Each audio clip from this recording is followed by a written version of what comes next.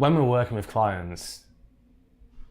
if as much as we possibly can, we actually try and become a sort of an extension of their team. How we try and operate is something that we call like the inside-outside model.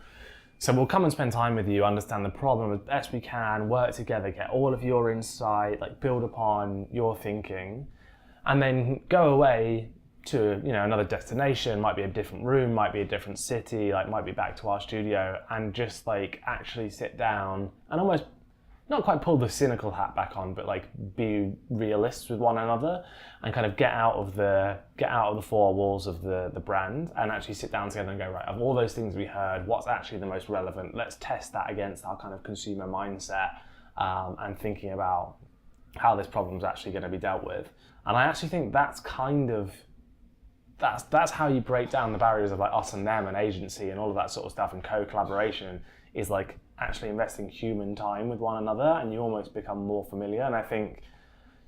as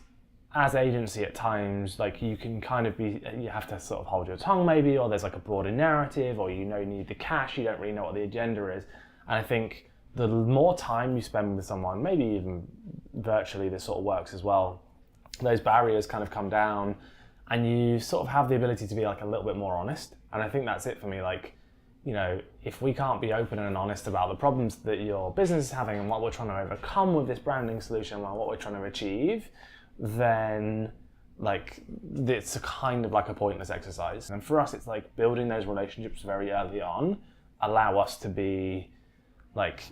more frank, more honest, more open, more collaborative later on, because you have that footing and that grounding, and it stops becoming, right, who's that person who I've never met who's telling me about my brand and what I should do? And it's like, oh yeah, that's like, that's Dave from Koto, that's like, that's Michelle from Koto, and they're going to help me on my journey. And we've got a rapport together, and I'm actually really interested in what they've got to say.